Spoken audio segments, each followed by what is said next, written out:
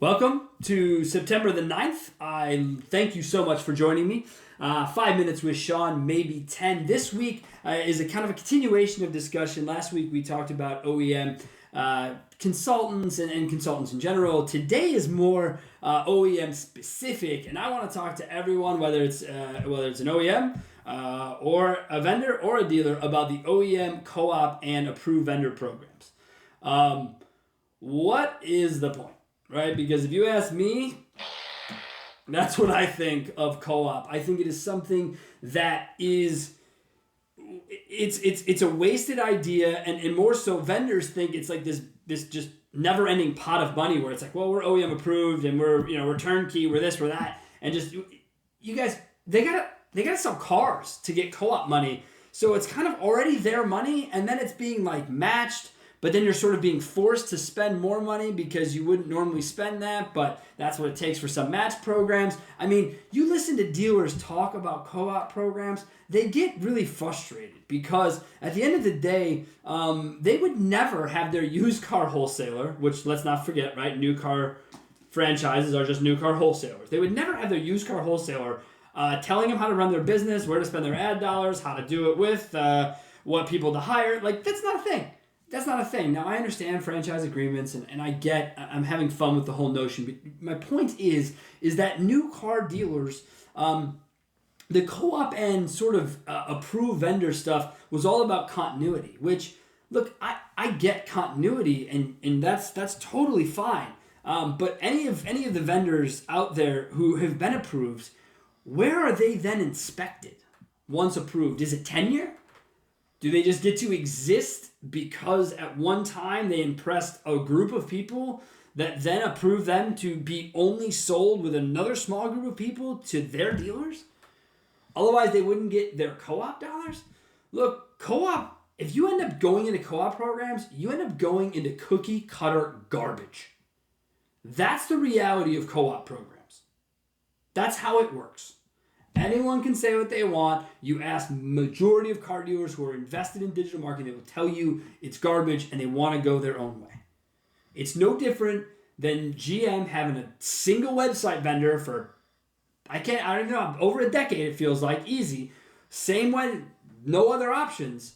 Now that sounds like it's changing come Halloween, but still, my point is, what are we doing? It's 2019. If you want to have co-op and take money off the back end of cars and then kind of reimburse dealers with their own money, then you do that.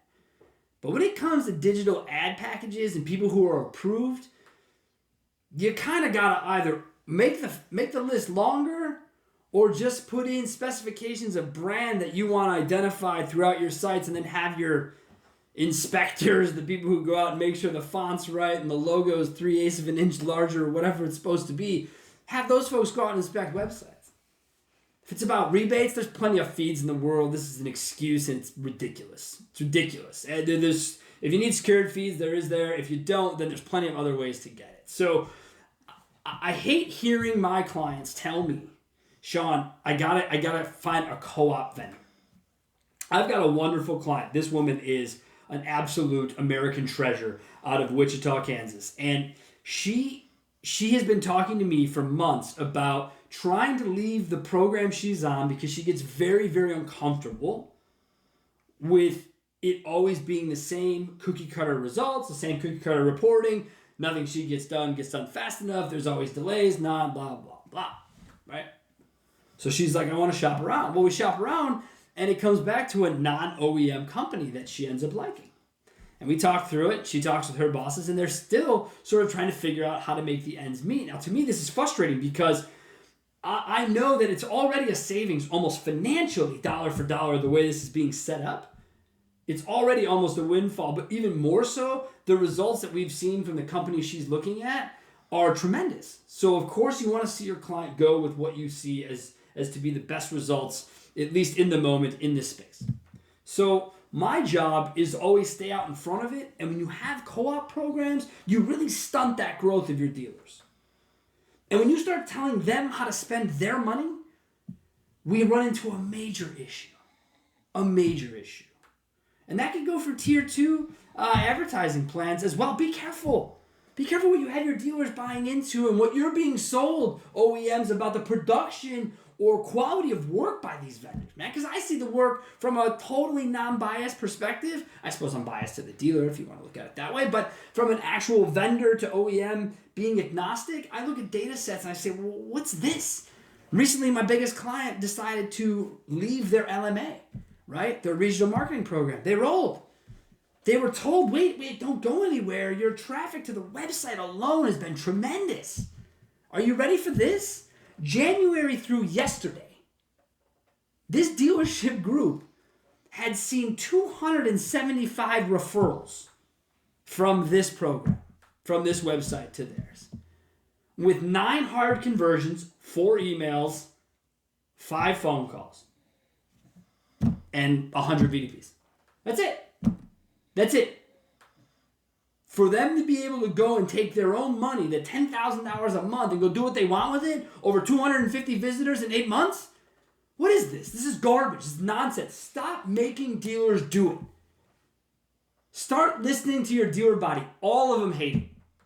Most of them are good sports because that's who they are. They're dealers to their core, and I love that about them. But if you could really get them behind closed doors, they would tell you they would love to have other options. And they should. Okay? You can police it differently. All right? That's it. I'm going to get off the soapbox as it relates to co-op. If you want to talk more about it, you can find us on LinkedIn, Twitter, Facebook. Anywhere you can find a podcast with your ears, we are going to be in it. And we are, that's it, I think. We've covered it. 262-278-0157. Always available for the text and phone calls. Thank you so much, and have yourselves a wonderful week.